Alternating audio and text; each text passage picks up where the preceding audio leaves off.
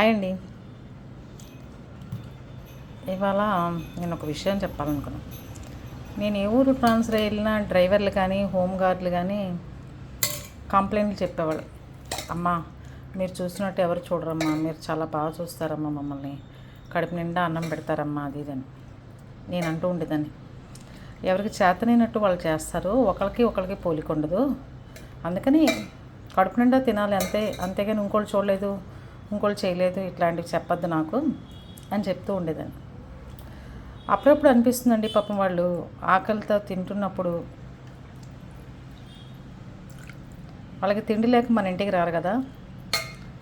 ఏదైనా తక్కువైతే అప్పుడప్పుడు మా పిల్లలకి కాస్త తక్కువే పెట్టి వాళ్ళకి ఎక్కువ పెడతాను, ఎందుకంటే వాళ్ళు బయటికి వెళ్ళి పని చేసుకునే వాళ్ళు కావాలంటే వీళ్ళు స్నాక్స్ తింటారు అని చెప్పి. అర్థమైందండి.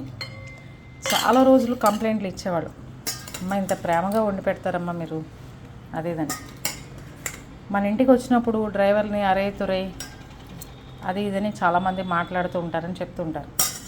మన ఇంట్లో అసలు అలాంటివి ఉండవండి, ఎందుకంటే వాళ్ళు మా పిల్లల్లాగానే చూస్తాం. ఇంటికి వచ్చేసిన తర్వాత ఇంకా ఏదన్నా విసిగిస్తే నేనే వార్నింగ్ ఇస్తూ ఉంటాను. మా ఇంట్లో సార్ అది కూడా మాట్లాడరు.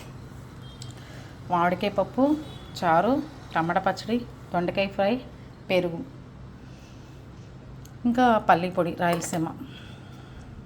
అందుకని ప్లీజ్ అండి, డ్రైవర్లను కూడా అరే తురై రారా అది ఇదని వాళ్ళకి సరిగ్గా టయానికి అన్నం పెట్టకుండా, వాళ్ళకి మంచి ప్లేస్ ఇవ్వకుండా పడుకోవడానికి ఇబ్బంది పెడుతూ ఉంటారు అందరూ. కానీ మా ఇంట్లో మేము రూమ్ తీసుకుని బయటికి వెళ్ళి హోటల్లో ఉంటే అతను కూడా రూమ్ తీసుకోవాల్సిందే, మంచిగా నిద్రపోవాల్సిందే, మంచిగా ఉండాల్సిందే. మరి మీరందరూ డ్రైవర్లను ఎలా చూస్తారు? వాళ్ళు మంచిగా ఉంటే మనము ఉంటాం కదా అంటారు. ఖచ్చితంగా పాపం వాళ్ళు ఉన్నదాన్ని బట్టి మనం ఉంటాం కదండి.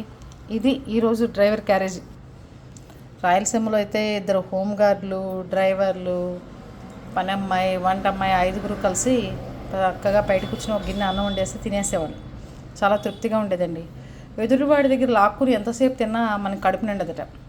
పంచుతూ 10 మందికి పోతూ ఉంటే వెంటనే కడుపు నిండుతుందట. ఆలోచిద్దాం మరి ఏం చేద్దామో. ఓకేనా?